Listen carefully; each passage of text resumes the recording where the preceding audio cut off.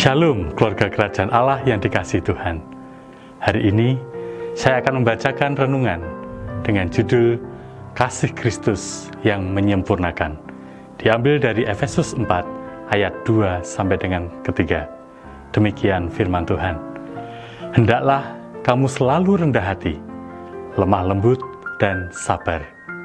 Tunjukkanlah kasih-Mu dalam hal saling membantu, dan berusahalah memelihara kesatuan roh oleh ikatan damai sejahtera.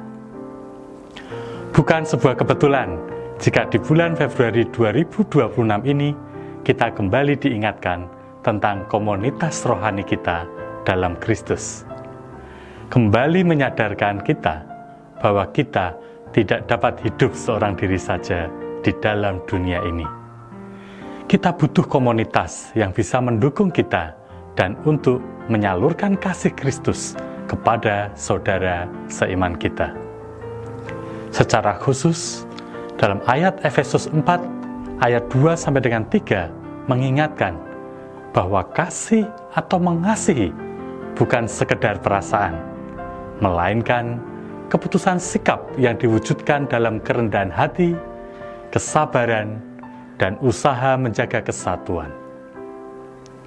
Komunitas Kristen dipanggil untuk menjadi cermin kasih Kristus yang nyata, sehingga setiap anggota merasakan penerimaan dan dukungan.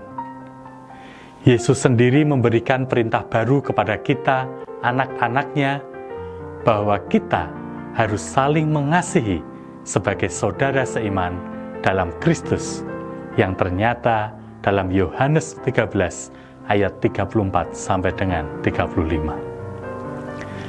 Kasih Kristus menjadi tanda identitas umatnya. Dunia mengenal Kristus bukan pertama-tama melalui kata-kata, melainkan melalui tindakan kasih yang nyata dalam komunitas. Kasih Kristus juga mampu memulihkan relasi yang rusak.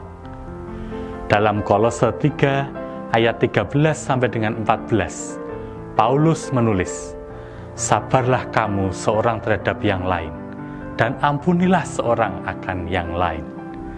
Dan di atas semuanya itu, kenakanlah kasih sebagai pengikat yang mempersatukan dan menyempurnakan."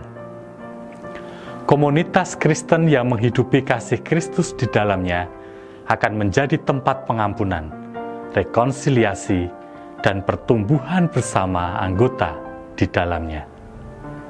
Kasih Kristus memampukan kita menerima perbedaan sebagai kekayaan, bukan sebagai penghalang. Dengan demikian, pemahaman akan kasih Kristus menuntun kita untuk hidup saling mengasihi, saling menanggung beban, dan saling membangun. Kasih Kristus bukan hanya untuk dinikmati secara pribadi, tetapi untuk dibagikan dalam komunitas, sehingga menjadi kesaksian bagi dunia. Ketika komunitas Kristen menghidupi kasih Kristus di dalamnya, maka terang Kristus akan nyata dan namanya dimuliakan melalui kehidupan bersama yang penuh damai sejahtera. Amin. Only Jesus.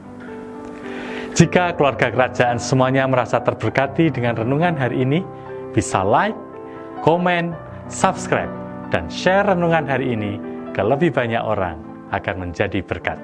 Terima kasih, Tuhan memberkati.